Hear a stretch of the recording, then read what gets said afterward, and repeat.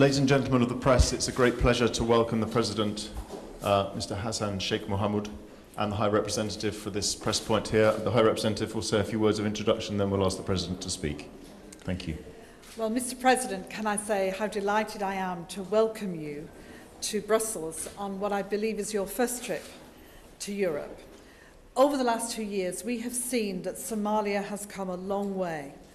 I pay tribute to the people of your country who have struggled hard and made great sacrifices to break out of the cycle of violence and instability. And it is wonderful to see you're at the beginning of a new era under the leadership of you, Mr. President, and your team. I'm proud to say that the relationship between the European Union and Somalia has helped to lay the foundations for this progress. We have stood by the Somali people for the last 20 years, and we commit to stand with the people for the future.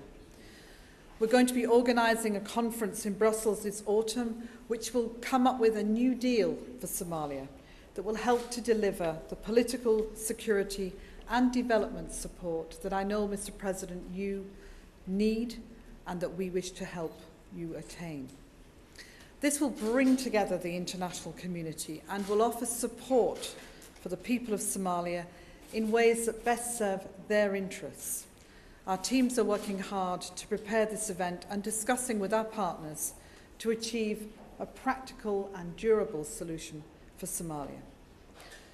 We've seen already many recent successes, a new government, a parliament, and the adoption of a provisional constitution, and to see more and more Somalis returning home to help to rebuild their country. That does not mean we're at all complacent. We know there are many, many challenges ahead and much hard work to be done to cement this lasting progress. We recognise the complexity of Somalia's transition. Mr. President, I was in Mogadishu last August and I saw how the city is being transformed, and I felt that real sense of optimism and hope in everyone that I had the privilege to meet and talk to.